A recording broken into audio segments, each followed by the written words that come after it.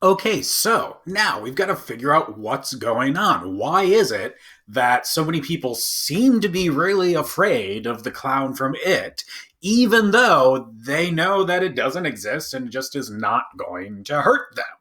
So, what Walton starts doing in part three of his essay is trying to get some machinery going that will allow him to give his account of why that's the case. So, the first thing that he does is he makes this distinction between truths, things that are true, and these other things that he calls fictional truths. So, truths are just, the things you might consider them to be, stuff that is true. So, Gretchen Whitmer is the governor of Michigan. That's true because, there's this person, Gretchen Whitmer, and she is the governor of Michigan.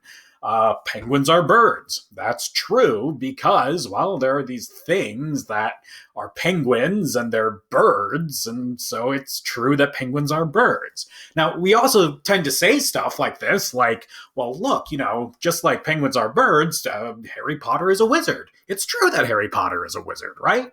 It's true that Hamlet is killed by Laertes, or that Moana has black hair, or that Sherlock Holmes lives at 221B Baker Street.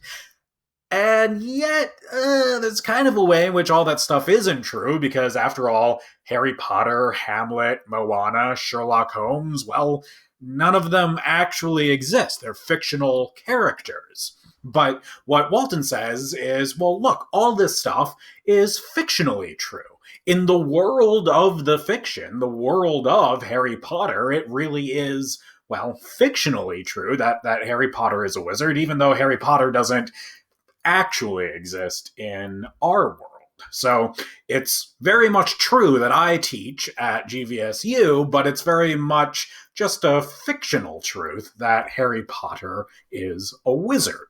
So we've got this distinction between truths and fictional truths, and now Walton introduces this notion of something called a fictional world, by which he just means, a group of a whole bunch of fictional truths. So I just mentioned Harry Potter. That creates kind of a fictional world, a whole bunch of different fictional truths, like the fictional truth that Harry Potter is a wizard, and the fictional truth that Harry Potter goes to Hogwarts, and that Dumbledore is the principal there, and that Dumbledore dies, and you can just keep generating all of these fictional truths while they create this big world, this fictional world of fictional truths.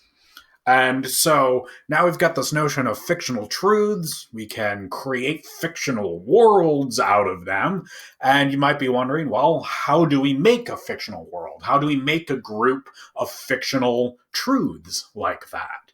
Walton says, there's at least two ways. One thing you can do is just imagine fictional truths. So if you just imagine right now that we've developed a vaccine for COVID-19, now there is this fictional world in which it's a fictional truth that there's a vaccine for COVID-19. Now, unfortunately, we haven't actually done that, so it's not just true that there's a vaccine for COVID-19, but in our imaginary fictional world, it is a fictional truth that such a vaccine exists.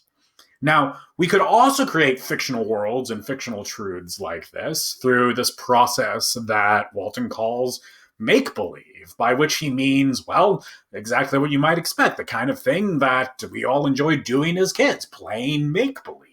And so the way that Walton characterizes games of make-believe is he says, it's when folks recognize some general principles that structure a game of make-believe and then work in such a way that they kind of abide by those general principles. So it's best to illustrate this with an example. You can imagine a game of make-believe that has the following kind of principles that people playing it, like the kids in this painting are playing. They recognize these principles. So they could be things like, let's pretend that globs of mud are pies, and these pies, the pies are going to be the same size as, whatever glob of mud is that we have.